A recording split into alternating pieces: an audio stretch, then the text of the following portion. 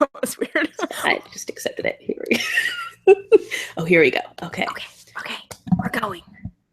Okay, so we're doing this. Hi there, fangirls and fanboys. It's episode 112 of Electric Fancave on electricfeast.com. Corrigan Vaughn and Kristen Lutterell here. And may we just say, it is a pleasure to talk to you glorious unicorns this week. Today on the show, we check out some viral goodness from our favorite Netflix Marvel superhero and our favorite Netflix sheriff. We give you the rundown on some new movie trailers, including a surprising entry into the horror genre from Jordan Peele. And we make a big decision for our post-apocalyptic dystopian future. Plus, we're spinning the wheel of Netflix roulette, and we hope you're ready to play along. Let's get to it. I don't know why I sing it like that. I was like, is that a song, or is that just... I don't know. You just felt like singing. I don't know. I mean, I wasn't... Usually I try to pretend like it's a song, you know? Yeah. Everything's a song if you sing it. True. Right? You just... Yeah, anybody can sing. You just have to move your words up and down. I'm singing. I'm in a storm and I'm singing. That's one of our many mottos here, our many mantras about life. Anything's a song if you sing it. There you go. It's true. I mean, I don't want to brag, but we're like really smart. How are you doing today, Kristen? I'm good. So I don't know if you guys know this or not, but Corey and me and producer Bree and also Keo are going to Ireland. What? And we're very excited. And today, surprisingly, I ordered boots. So like the second we bought our tickets, I went and started looking at boots because I'm like, I want to get good. I don't have good cold shoes. I wear Chuck Taylors. I live in California. It's not cold here. And so I went online and like all night I got lost in producer Bree's Pinterest board, and then I looked for boots and I bought a pair, and they weren't supposed to come in until Monday, but they came in today. And luckily, so like no one was really here today because Thursdays are like weird days at work. But luckily, one of the girls in my office, Diane, is here, and she's like the person you wanted to be here because she like loves shoes, is like such a shoe fiend. And so someone who's on your level. Yeah, like someone like. Anybody else would have just like pretended to be on my level, but she was like actually excited with me. So it was very exciting. We had a little fashion show in the office, and that's so great. They're very warm. Yeah. And so my feet were sweaty. I had to take them off. I didn't wear socks today. I didn't know they were coming in today. I was like, not prepared for this. Oh, it's a lot. It's going to be hot again next week. And I was like, I just want to wear the boots every day and break them in. It's so nice right now. Like, I mean, it's still a little hot-ish, but like it's almost autumn.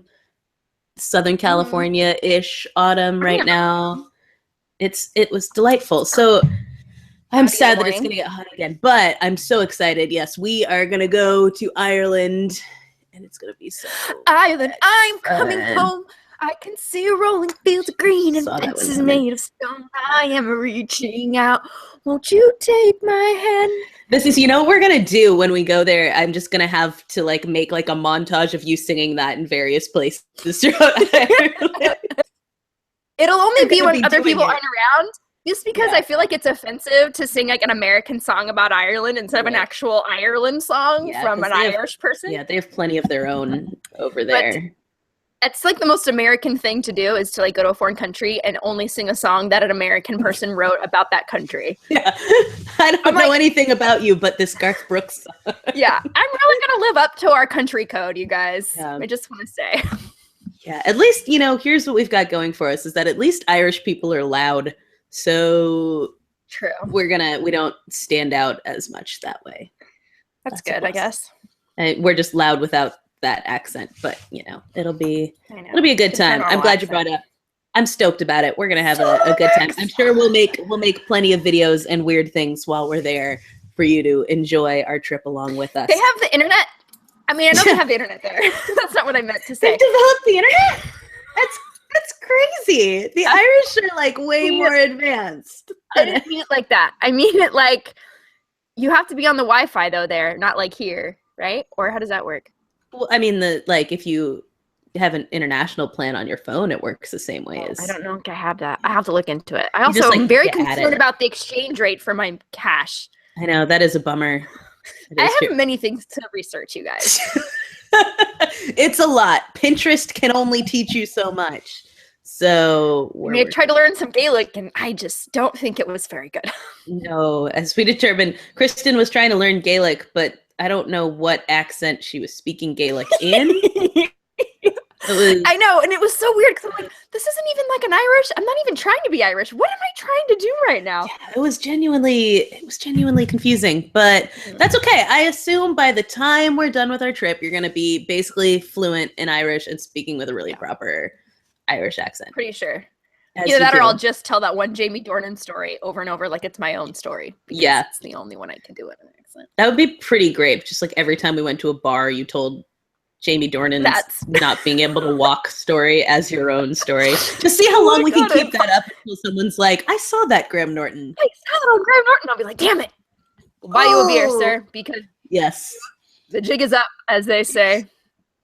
You've called my bluff. Have a pint. Yes. So, anyways, that is happening. This past week, many things have happened as well. Want to start just by saying our dear man, Lin-Manuel, was on Saturday Night Live this past week. Oh, man. It was from moment one glorious. For one, the cold open this week didn't have Lin-Manuel, as they never do have the host, but was fantastic. Clearly, they threw it together last minute because it was based on the release of the Trump Access tapes. Hollywood. Okay. Yeah, the Access Hollywood Trump tapes. So they had clearly been planning to go with something that was about the VP debate, but this was much more interesting. And they put together a thing with Alec Baldwin again being glorious at being Donald Trump. But then we go into Lin-Manuel doing his monologue, and he does a Saturday Night Live version of My Shot. So good. Oh my God, it was so good. It's adorable. He looks like he's like 20, by the way. Like, all I can say is clearly being a solidly good, nice person keeps you young. Mm-hmm.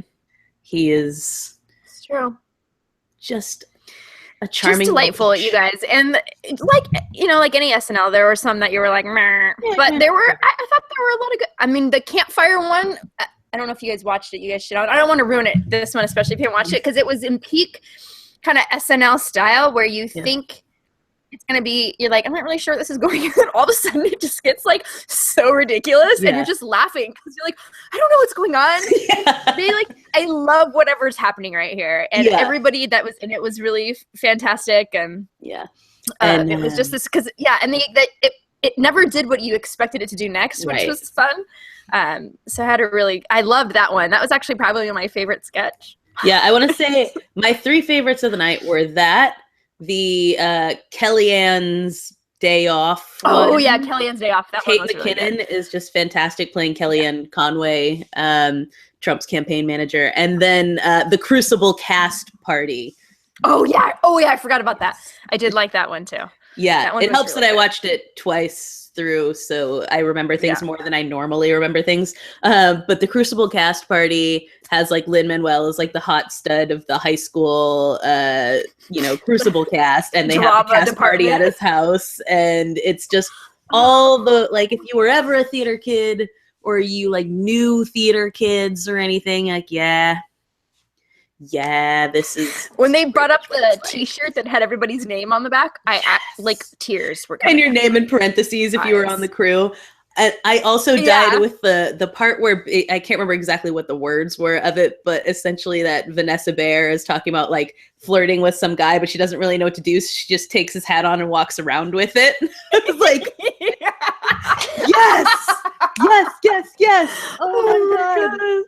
That is so the most awkward teenager thing in the world. Just like, hi, I got your hat. Oh, yeah. And then he's just like, okay, whatever. You're like, oh man. Yeah. It'll take you back. It'll take you back to unless you were like a cool high schooler, it won't take you back. But if you were like a little bit lame, like a little bit afraid of the opposite sex and just like trying to get by, it's gonna take you back to those days for sure.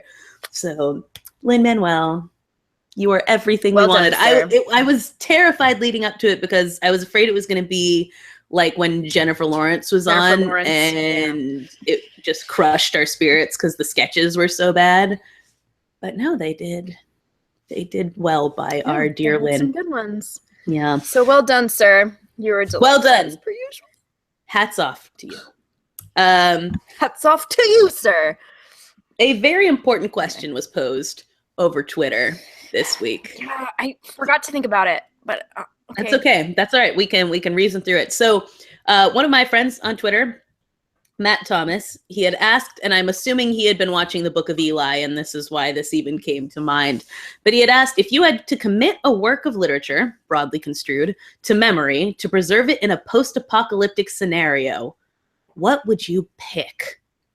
And I like this question a lot, even though it is a nearly impossible question to answer. But I want to talk about it. I want to discuss. And here's the thing: is when I first read it, I interpreted it I said so many did-as there. I interpreted it differently, and I was thinking what book would I just want to have memorized? So I was thinking what would I want to keep thinking about? If I had one thing, it's different when it's preserve it. Oh, go ahead. Well, and I'm trying to think when you pose the question, maybe it's because you said it out loud to me or something, or I don't know what it was, but the fact that you used the word preserved stuck out to me. And so all I could think of was oh my gosh, what does humanity need to remember? Right. But also that's kind of short and also entertaining if I have to commit it to memory. Right. That's hard. Yeah. My so I've become paralyzed by the choices of what's a super this book. Yeah. Because my first thought was East of Eden, and then I was that is way too long to memorize. There's no way. It's 700 pages or something. So, I mean, but that has a lot of the human element of things and making, moral choices and bad choices and all kinds of stuff like that I was oh, well, it might be something that could kind of teach a future society how to not make the mistakes of the past. But yeah, it's too much book. Yeah. See, I thought of Lord of the Flies. Oh, that's a good one. I hated that book so much. I don't really want to memorize it. But then I thought maybe memorizing it would make me kind of because really the book itself wasn't the problem. It was the class in which I had to read it. Yeah. My teacher was what does the green symbolize? I'm he's in a fucking jungle. I don't know. There's probably a lot of green stuff. Probably that they're in the jungle. I wish maybe we had gone more the route of hey, let's not delve into this chaos of these kids that are left alone, which will be very similar. I feel it would be very similar to a post-apocalyptic world in which obviously governments have probably broken down, and right. It kind of seemed apropos, as they say. Yeah. I don't know. Well, I mean, that's a good point, because thinking about something that's a cautionary tale seems kind of a smart way to go about it. You could even say something like Hunger Games. You can memorize something like Hunger Games, because this is an entire sort of parable of a society that has, made the wrong choices and trying to rebuild itself after being destroyed. And so clearly you can be hey, as we're putting together a civilization now, maybe we don't want to do it in this way. We don't want to have a caste system when we do it. And some people who live in luxury and some in poverty and, things like that. Yeah, so maybe read something maybe when you want to commit things Utopia. Yeah. Utopia? Yeah. Or Common Sense, which is funny. See, Common Sense was one of the ones I initially thought of as well. Oh, hey, go team. Mm-hmm. Same wavelength on that. I mean, yeah, things that sort of, I don't know, emphasize something with a difference. Well, I mean, obviously, if I would hope that everyone would get to choose something. I guess if we're all choosing something, but some people are choosing something more civically minded of hey, all of this stuff's been gone, but these were the ideals. And maybe the way that we approached them didn't work out, hence apocalypse. But maybe we can kind of flesh these out in a new way, and then things to remind us of who we are and how not to, I don't know. I feel like it'd be really interesting to have everybody kind of, you'd want a good smattering of things. And then of course I'd want someone to like memorize Harry Potter so that they could just like tell us a cool story about like winning good over evil, Yeah. It's like those things too. And I don't know. And well, because that's my thought. So if it weren't for preservation, you're not trying to do anything for society, but you had one book that was what you had in your mind and you could just reread it over and over again, and that was the only book you had, was the one you would memorize, what do you think you would memorize in this book? This is very similar to the desert island. Yeah, it's kind of a desert island type thing. But here's the thing, different from like well, I mean, I guess it's kind of like a desert island thing, but you have to consider the circumstance in this post-apocalyptic situation. So I'm thinking clearly a lot of the books that I read tend to have sort of like depressing things in them, or someone who feels alone and stuff like that. And you don't want something that's about a lonely person, I would imagine. Like, in this world, it's lonely. But then on the other hand, maybe you don't want something that's about a thriving civilization full of wonderful things, because that's depressing too. So there's, I don't know, sort of a balance. The context. It depends on what your escape. I mean, you'd have to know yourself enough to know what your escape is going to need. Right. I mean, maybe it's hard to do that not ever having been in a situation as extreme as that. Mm-hmm. But I think for me,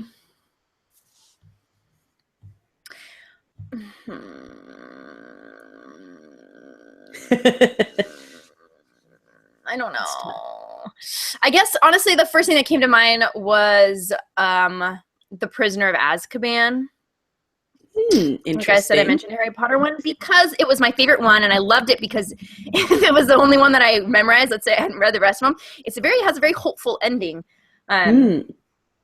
Going forward, some of the other ones end like a little bit of a downer, and you're like, oh god, this is how this ends. Whereas that one kind of ends like, oh my gosh, Harry like has this family now, and his friends, him and his friends are super tight at that point, and it kind of gives this sort of, he learned something new about his past, and it kind of gives you this hope for the future in a way that's not like this great thriving place. You're still, some, a little good and bad and going together in it, and I don't know.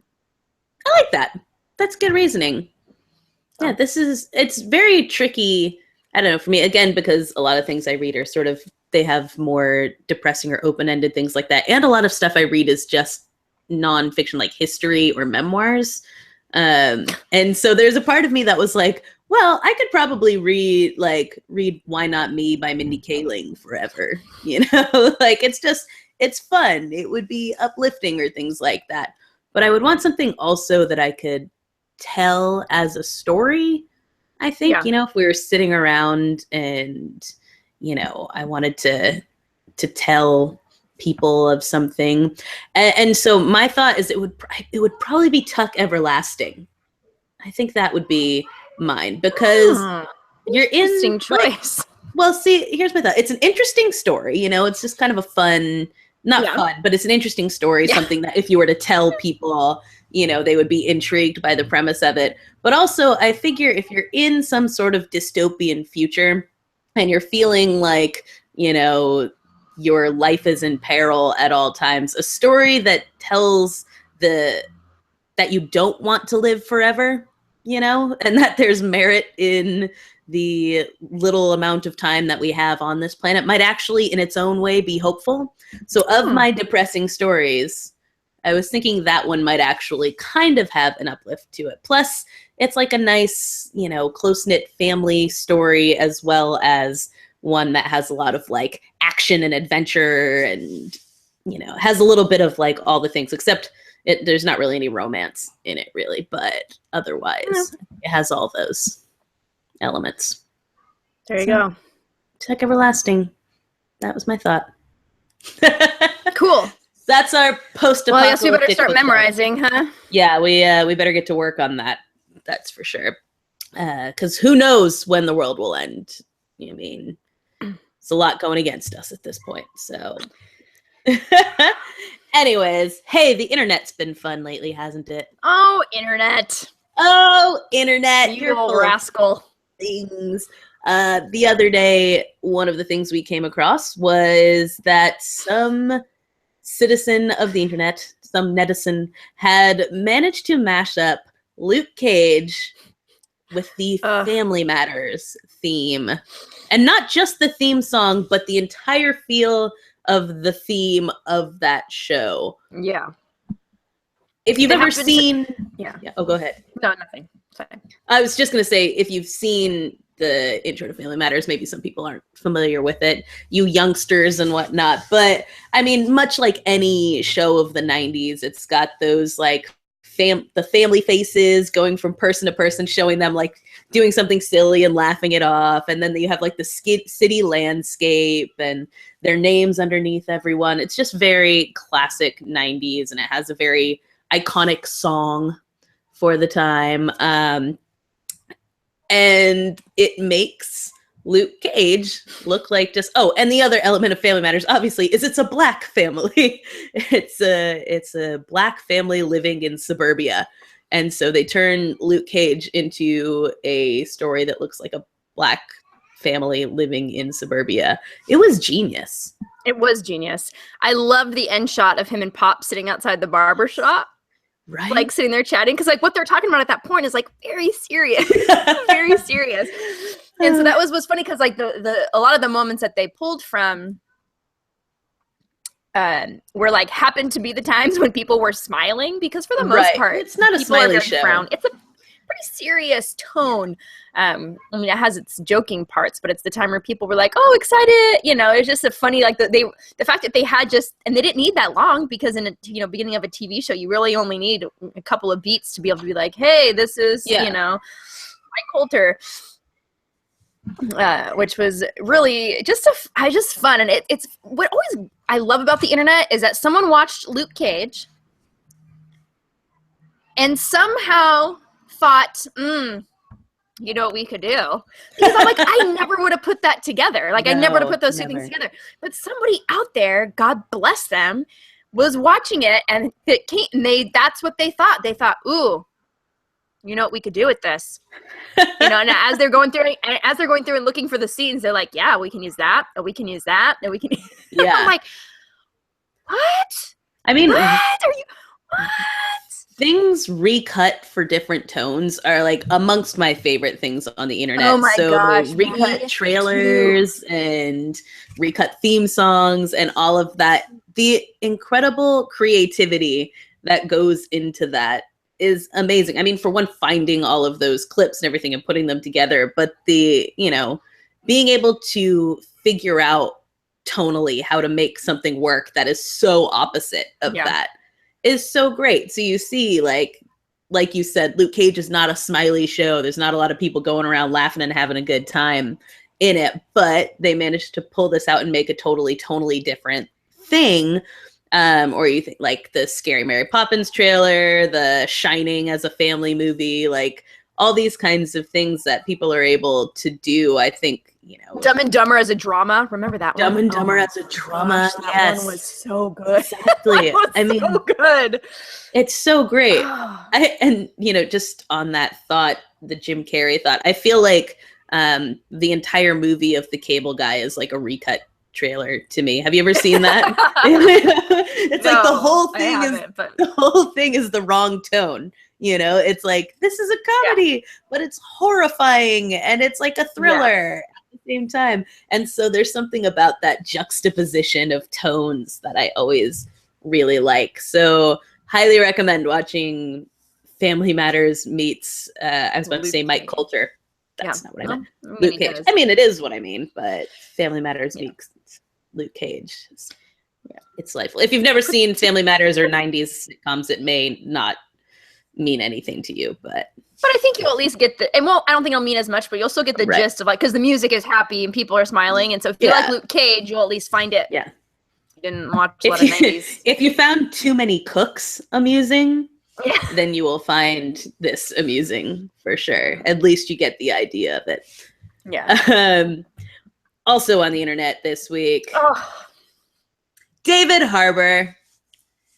Guys, we just love him. We need like we should call it David Harbour corner. David Harbour house. David Harbour. Get it? Oh, it's the David Harbour. Yeah. Hey! Oh man, we need a graphic for that. There's got like a boat with him in it. Yeah. He's like captaining it like this. Oh man. He's like Captain Morganing it. Yes. Or not Captain, or George Washingtoning it. Or George. Yeah, that's a better historical. Because he's actually on a boat. reference, Captain Morgan, I feel like, is always on a rock. But yeah, I guess you're right about that. Anyways, the David Harbour. I like it. The David Harbour. This week in David Harbour being. Let me just quickly go back to that. Also, one of the great things about David Harbour is that he's been in everything forever, and he will always be in everything. And therefore, unlike someone like, say, Chris Pratt, who we only see things from on a press tour occasionally, David Harbour is always doing something. So easy to keep up with that guy. But anyway, all that to say, it was Funny or Die, right? Yeah. Funny or Die released this video in which we discover that David Harbour really coveted the role of 11 in Stranger Things. And it goes through, basically, it's like the Duffer Brothers are trying to cast this, and they want him to play, what's his name? Hopper. And, Hopper. And he just refuses to do anything but 11? Yeah. And it's so funny because he's like, he keeps punching people at one point. Yeah. And there's a part where he's like wearing the dress, and they're like, where'd you get that dress? He's like, what? The best thing is because earlier they ask him where did he get a t-shirt that he's wearing, and he's like, I made it, and he's kind of serious about it. And then when they ask him about the dress, he has like a sly, like proud look on his face, like, I made it. Yeah. Like, I don't want to brag. Stop. What are you doing here? So it's ridiculous. It's just wonderful. It's just a cute, and if you like, it's another Stranger Thing. It's kind of fun video, and you watch him be all the moments, and they're like, we'll just go with it. They just kind of play along with him at first, which is fun. And it's just a large middle-aged man who wants to be an 11-year-old girl, or whatever. I actually don't know if that's how old she is, but wants to be a young girl. It's a bananas concept, and it's wonderful, and I just recommend it. That's all. Yeah. The internet has come through for us in that way as well. So watch David Harbour on Funny or Die as 11 if you like Stranger Things and it means anything to you. I think you're going to enjoy it. You're going to like the way it looks. I guarantee it. We have movie trailers. Movie trailers. If you sing it, it's a song. If you sing it, it's a song. Kind of like our catchphrase. Nice. I'm going to stop. We have movie trailers, and they're epics. Epics. Epics. Poor Kristen. I mean, one of them is.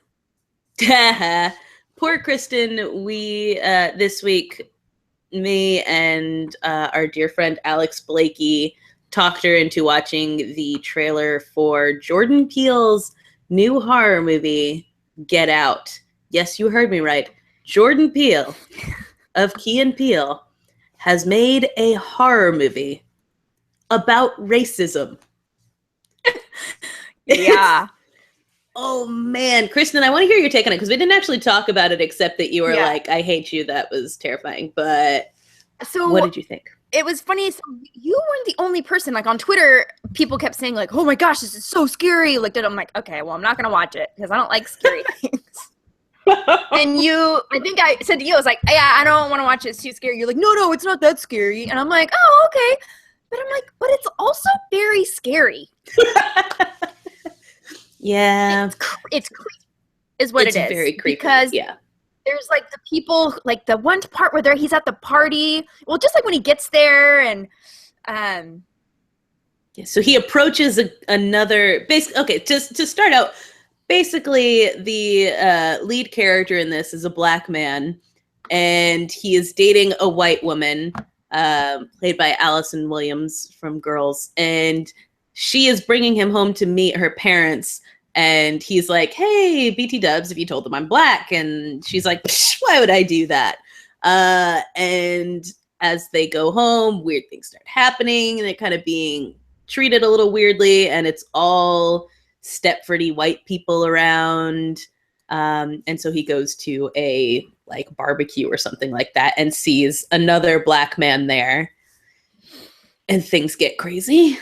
And then, and so like, he's like, oh, hey, you know, like trying to be like friends. Nice to see another brother here. Nice to see another brother, essentially. And the guy's like, ghost? Because he doesn't like really respond. And like the eyes are very like, yeah, it's like he turns around dead. And he says, he's like saying to some other woman, like, oh, he was just saying that he feels more comfortable with my presence here, or something like very formal.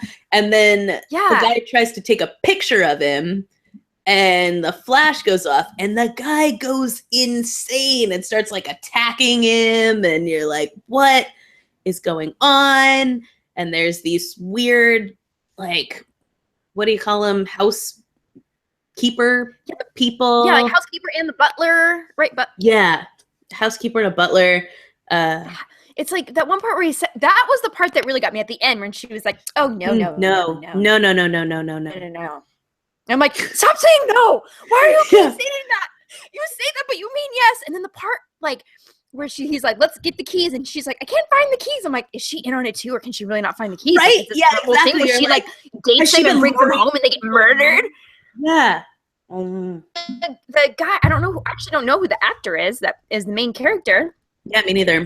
And he's like sitting in the chair and is like crying, and I'm like, oh my gosh, just let him get home, please. Yeah, because like the mom is like hypnotizing him, and she's like sink down, and then he like is trying to fight it, and then he does sink down through the bed and lands like in it. Oh man. I don't like it.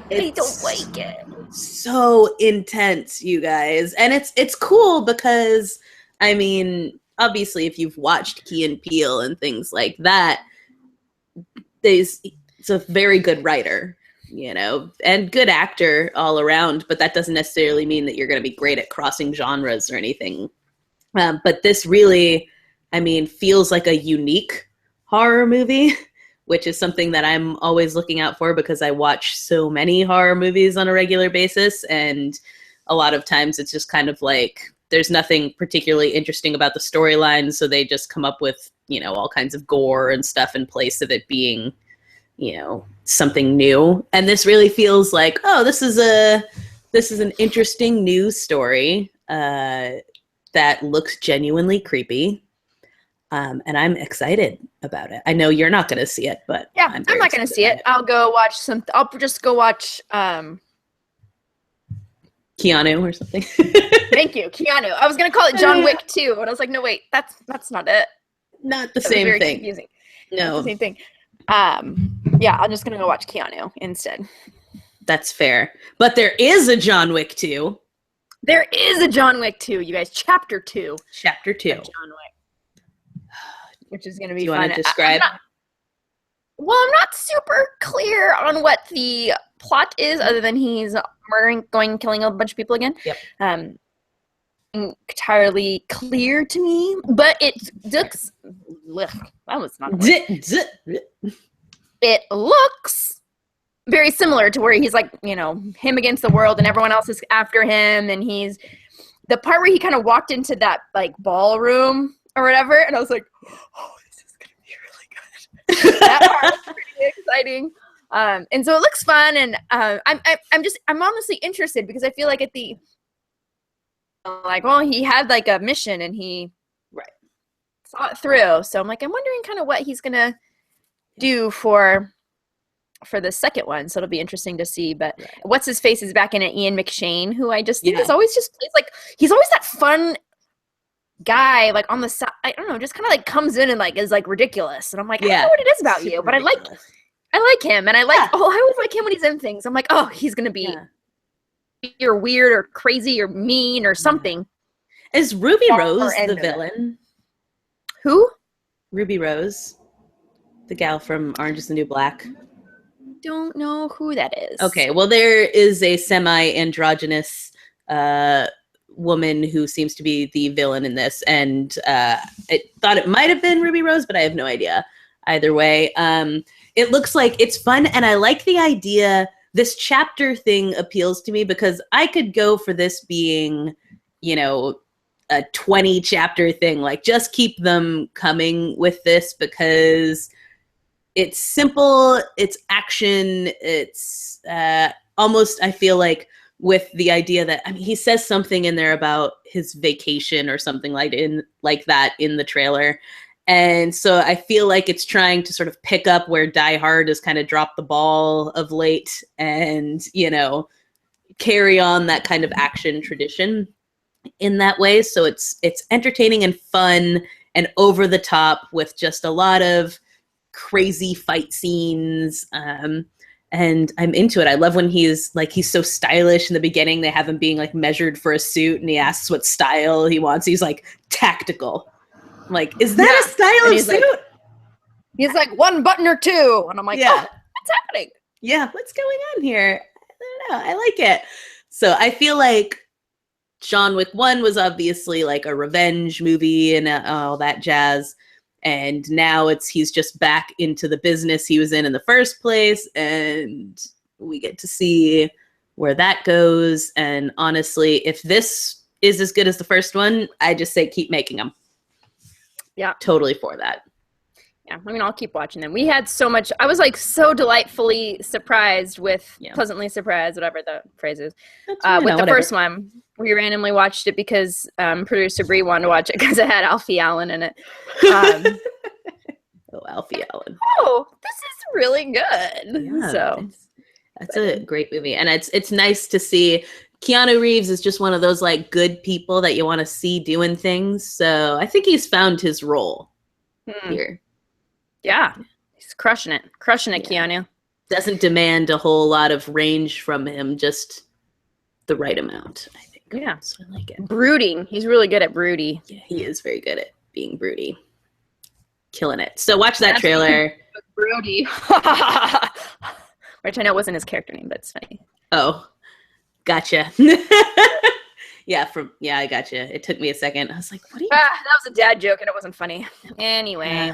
Moving on from that. Although when you said Brody, can I just say this reminded me of the clip. I saw that you favorited it earlier, but that was it Mike Huckabee was trying to make a Jaws parallel between Hillary Clinton and Donald Trump earlier today, and was like saying that Trump was Captain Quint and that Hillary was the shark. And he's like, you know, and Captain Quint like is willing to sacrifice himself or no, he didn't even say sacrifice himself. That was like backtracking afterwards, but he was like, after he realized it didn't work. He's the one who saves the day and everything. And Megyn Kelly's like, I hate to break it to you, but Captain Quint dies. He gets eaten by the shark. It's like, well, you know, but he like sacrificed himself like to kill the shark, and the shark gets blown up. Anyway, it's like, yeah. Like, right. But the point is that, so the point they're making then is this, that Hillary is going to kill Trump and then also be murdered, is what you're telling me. Or that's Trump will kill her. Yeah. Like, that's the analogy you're making. And then he's like, well, all analogies break down. I'm like, no, that's not how analogies work. Yeah, they're not supposed to. When they break down, it's considered a bad analogy, and then you have to think of a different one. Yeah. So think of one that actually works. Retry it. Yeah, maybe go back to the drawing board on that one. I don't know how long it took you to think of that, but I just thought it was. Megyn Kelly has been.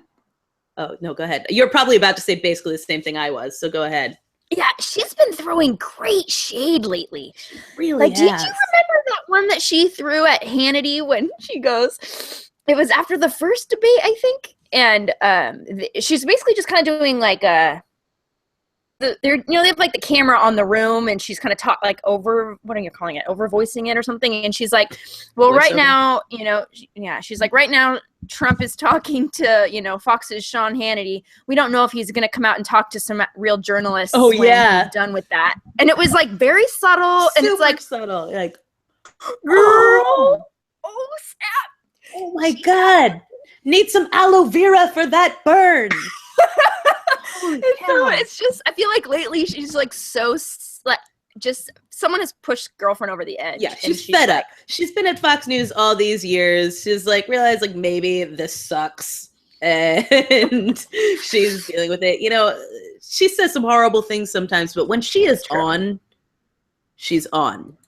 You know, I'm like, I'd go get cocktails with Megyn Kelly. No, I think we could. I think so. Purely based on these two instances, I'm like, I don't remember what I was going to say. Oh. Wow, that like just gone. That was real gone. Well, there we go. This was apropos. That was apropos of nothing anyway. The only thing that even started that was that you said Brody, and then it made me think of, you know, Jaws, Brody from Jaws, and hence the spiral. Anyways, another trailer. Talk about spiraling. Power Rangers. Power. Go Power Rangers. I actually kind of want to see it. Like, yeah, a lot. I'm not gonna lie to you. Talking about like they were releasing things and we're like, what is going on? They're trying to make this like a cool show and a cool movie. Like we remember like, it needs to be campy. It needs to. It doesn't. We were dead wrong. We were wrong. Like they. Like what is happening? I watched it and I was like so into it. I was like, I am buying what you're selling right now, Power Rangers. They managed to make it into sort of a teen adventure kind of thing. So you've got these teenagers who, you know, stumble upon a thing that gives them power and all that. And their discovery of it then and realizing what they can do with it is interesting because they have all these issues that high schoolers have, you know, and you see one kid who is constantly, you know, getting picked on or whatever, and someone tries to hit him and, you know, breaks themselves. Yeah. And he's like trying to tell him, don't do it, don't do it. No. And he's like, oh God, what do I do? Yeah. And, you know, you see them kind of like showing how far they can jump and figuring this out and the hesitation. Like you can see the dynamic of like the ones who are like, yes, let's do this. And the ones who are like, I have reservations. Yeah. I don't know about this. So it seems like you've got a good team dynamic of characters that seem fleshed out from what we can tell from this trailer. You know, it feels like they have personalities and they're interesting characters and they're different characters. And then it just looks cool on top of it. I mean, there's like no other word for it. It looks cool. Yeah. When you watch it, you're like, okay, the effects are cool. The action looks cool. The tiny glimpse you get of Rita Repulsa looks interesting as she's sort of like looming over. Okay. Yeah. She was like, it was like this weird mix of, she kind of reminded me of like a, sort of like in scary, like I've watched a lot of scary movies, like a witch or something that's always like, I'm gonna get you, but also sort of reminded me, and I was really scared of it as a kid, of the bad guy in Captain EO. I knew you were gonna say Captain EO. I was like, you said it kind of scared me as a kid. I'm like, she's totally gonna say Captain EO, isn't she? I was like, Angelica Houston. So scary. She was always, you guys, she was very scary for young Kristen, okay? But that's what it reminded me of, because she's kind of like... You know, that, just, again, as a side note, in Captain EO, I can see why she would have been terrifying as a kid. I was like 19 or 20 when I saw it for the first time, so not the same thing. But what stresses me out about that is how much space there is between words when she talks. So I get the anxiety of watching her just from the fact that she doesn't finish a full sentence. She has to stop to do the finger thing before she can finish it. And oh man, it stressed me out. But yeah, so Rita Repulsa is cool. I wish that we'd gotten to see Zordon. Because I mean, even the trailer says, teaser, wasn't it? It might have been, yeah. It was a good length, but yeah, I think they called it a teaser. But if you look, so on Movie Clips Trailers, the site where usually we find all of our trailers, it'll generally say like the lead's name. So it'll say so and so movie. So like The Great Wall, for example, it says Matt Damon movie. And this one said Bryan Cranston movie, and Bryan Cranston isn't in the trailer. Yeah. At all. You're like, I was waiting for it. I was like, oh, I'm sure when this ends, it's gonna cut to like you're gonna see his big face or whatever. But no, instead, if you wait out the trailer, you get a Snapchat filter, which is kind of fun. I used that yesterday. But yeah, I am so far in. Yeah. Totally gonna see it. And I feel like I'd see it kind of embarrassed. Yeah, only a little, like marginally. But I think in other news, other than, you know, if we're going to talk about spacey type movies. Yes. We weren't able to record yesterday because we don't understand how to use Google. But today, then, we got to see the new Rogue One trailer. And I was definitely sort of crying at the end. Oh my gosh. Yeah. It was this. It was so good. Everything about it was good. I did not like anything about it. Yeah, that's a good way of putting it. It was like everything hit all the right notes. I'm excited for everyone in it. I'm excited for this story. I'm, again, 100% in on this. And I literally was about to leave my house, and Good Morning America, I leave the TV on for my dog so that he doesn't be stupid all day. And so I was about to walk out, and they were like, in 3 minutes, we're going to premiere the Rogue One trailer. And I stepped back and I was like, well, I'm just going to settle in. I got some time. Yeah. Wait, that's all right. Yeah. I'm not in a rush. We'll get there. And, oh, man. You guys. I'm ready. I'm ready, too. I love it. I love it. And I love her, the ragtag group of what was that one part when, is it Diego Luna that says it? And he's like, make 10 feel like 100 or something. And I was like, oh. Yeah. I'm weeping at the end. But this, it's it's cool because I feel like while I feel like her and Diego are kind of the leaders of this little merry band of rogues. Right. They each seem to bring something to, that they each also kind of seem to be like rebel leaders in their own right. I don't know. Right. The way that they were kind of saying things and they're fighting the one guy with he's like, whatever that tool that he has, it's like a gun, but he's also killing people with it. Yeah. I don't know what it was. I don't know. Yeah, that was a worse explanation of anything you've probably ever heard. So just watch it. Be excited with us. We're pumped. And if Corey's excited about a Star Wars movie, that's really something because Corey's never excited about Star Wars. No, it's not really my MO. So, watching this, I'm like, no, this seems to be a story that I can get behind and a cast of characters I can get behind. And I found it emotional to watch. So me as well. Check it out. It's one of those things that it's I almost don't want to describe too much because I feel like you need to watch it and just watch it for You'll yourself. Love it. You'll feel it. We've given nothing really other than feels. It gives you a little bit more background on the girl, although I still don't know what her name is. Yeah, me neither. Not so much. No, whatever. I mean, I know what her name is in real life. Right. Oh, her name is Jyn Erso. Oh, Jyn. Yeah, Jyn. Jyn.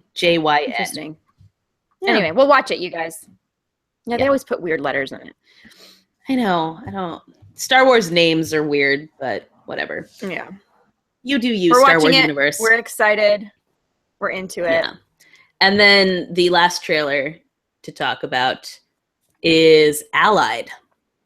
The Brad Pitt and Marion Cotillard film that for 5 minutes everyone was saying ruined Brangelina until Marion Cotillard was like, no, I'm good. I've got a fella and a kid, so F off everybody.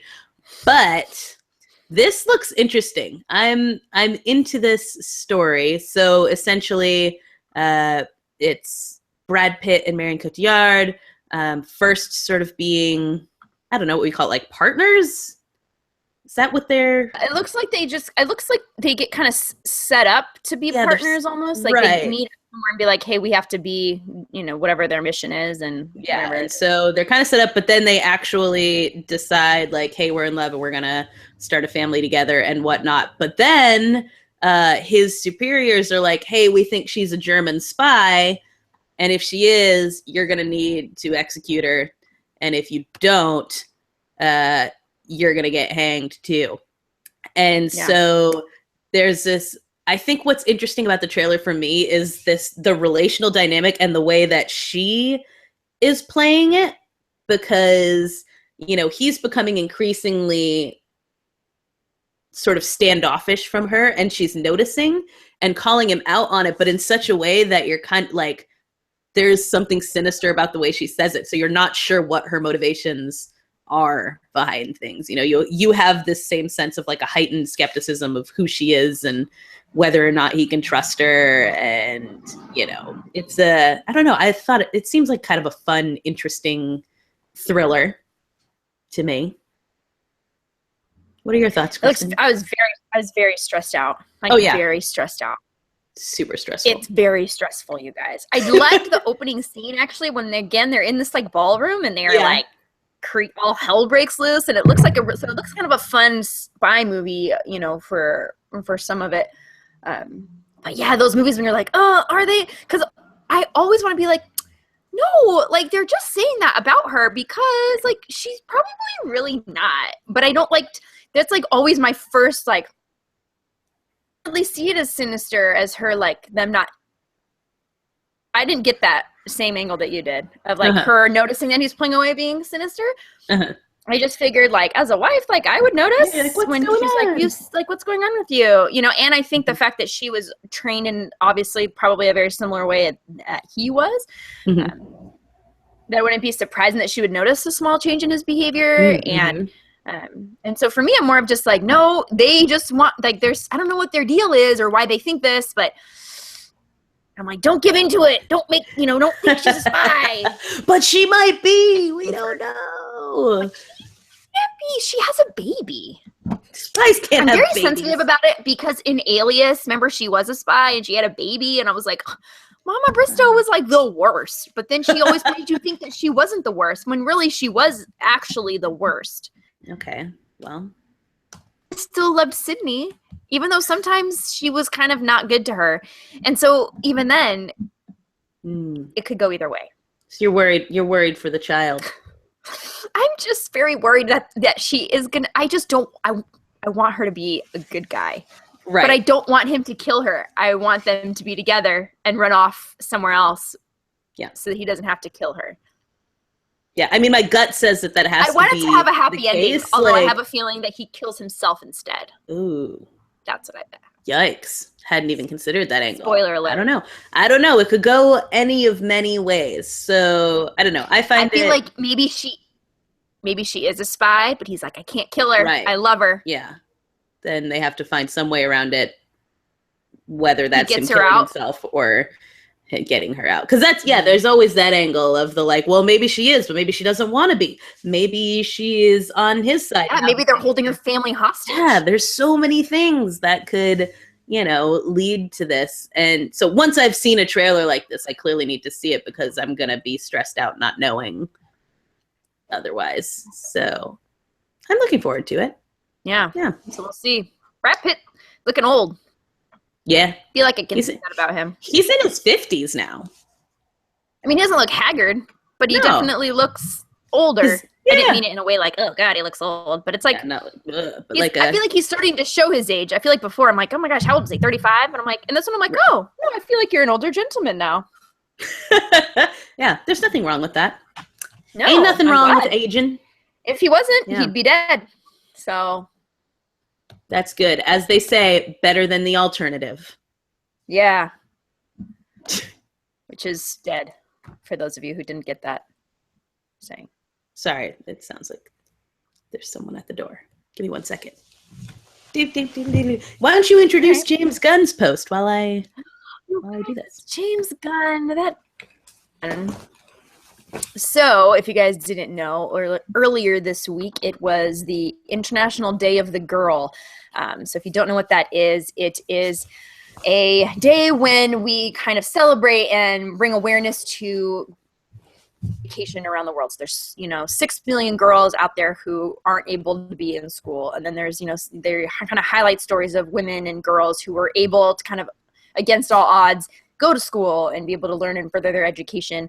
If you follow anything with Malala, if you guys remember her, the young girl who was shot by the Taliban, she's kind of she's a big leader and proponent of girls' education and making sure girls get educated. So, James, in the spirit of that, there was also a big event at the White House this week, which was awesome. So, James, kind of in that event, he wanted everyone to know, like, everyone, these are all these days, but this is different, and kind of takes a side of being like, hey, women and girls should be educated, and we should work to make sure that's true. And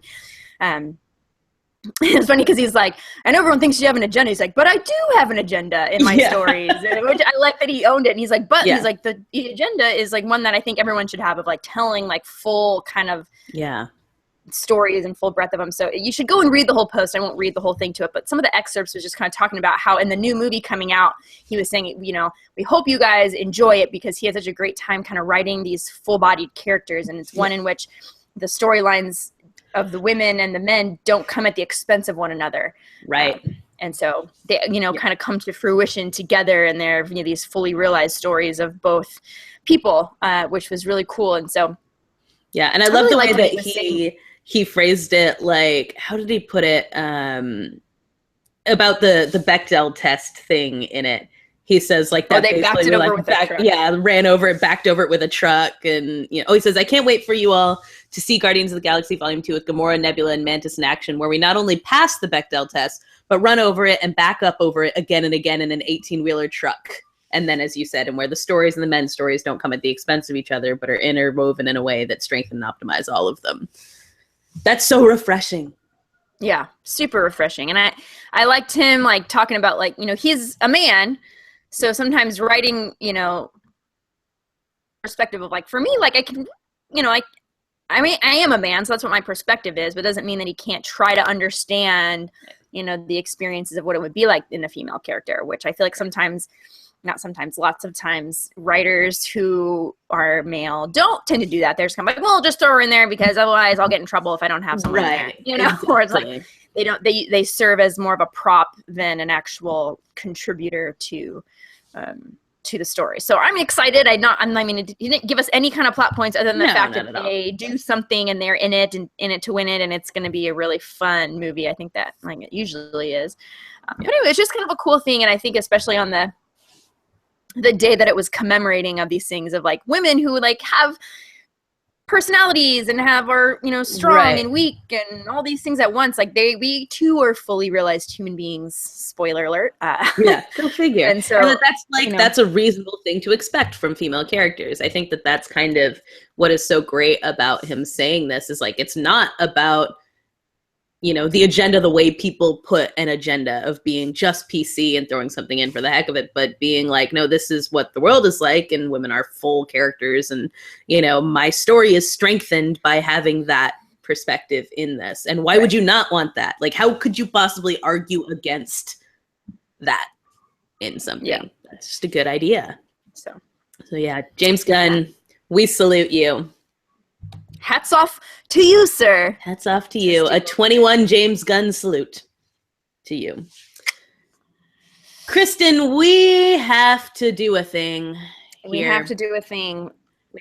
We are having a crossover episode with the Men of Low Moral Fiber, and it will be a far better crossover than the New Girl and Brooklyn Nine-Nine. Let me tell you.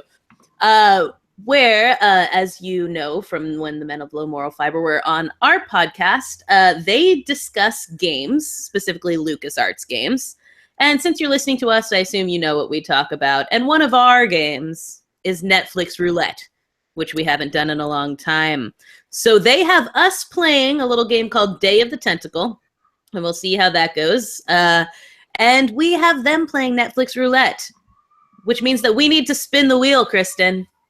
Spin the wheel. I have it already. Here we go. All right. What are we watching? Ready? Oh, this is... I clicked it. All right.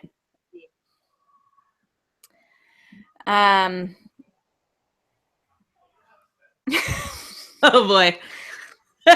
What is it? This looks sad. Oh boy.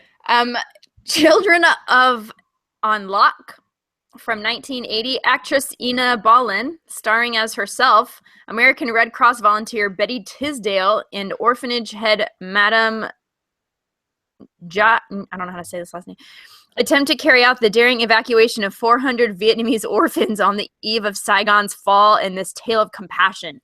Oh boy, that Determined does to sound save sad. the children from a doomed future under communist rule, the women fight bureaucratic red tape to the bitter end in their attempts to do the near impossible.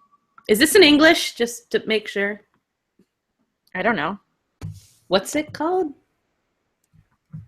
Children of Unlock. Unlock? How do you spell that? Unlock? It's A-N space L-A-C. L-A-C. Oh, okay. Oh, it was a TV movie, as it turns out. Looks like 0.6. Looks like it's so I think this might be the highest rated. Yeah, that's definitely. It's got a 7 on IMDb. Oh. So hey, we'll see what happens. We may have one that we like. It may be depressing, but I don't know. We'll see how it goes. We'll see. Give you that review. So next week, we will have Ben and Jason of Men of Low Moral Fiber on. We will discuss this, and then you can go on over to their podcast and listen to us discussing our attempts to play the LucasArts game Day of the Tentacle. It should be interesting. It will be, because I don't play video games. Nope. Yeah. Not so much. Was it Ben or Jason? One of them. Ben was like, that's "What's the last game you played?" And I was like, "Oh," I can't tell you. And he's like, "Oh, come on." I was like, "No, seriously, I literally cannot tell you because I don't remember the last time I played a video game." Oh boy. So it'll be interesting. Sorry, I'm a little bit tired. So on that note, as I get ready for Kristen and producer Bree to come over and watch The Guest. Evening and eat these fine sweets that I have purchased. That's it for us this week on the Electric Fan Cave. So make sure that you are following us on all the tunes, on all the things, the YouTube, Twitter, Facebook, Electric Fan Cave, and on iTunes, subscribe, on Stitcher, anywhere that fine podcasts are purveyed. Follow us there.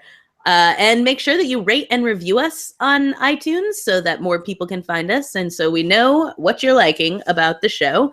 And if you are enjoying it, go ahead and feel free to share and join us live anytime. We're going to try to do more of our little Facebook Live things because those are so much fun. But when we're sitting around here, feel free to join in. Give us your 2 cents. We'll have a good time.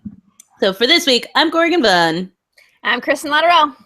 Peace out, everybody. Take it easy, kids.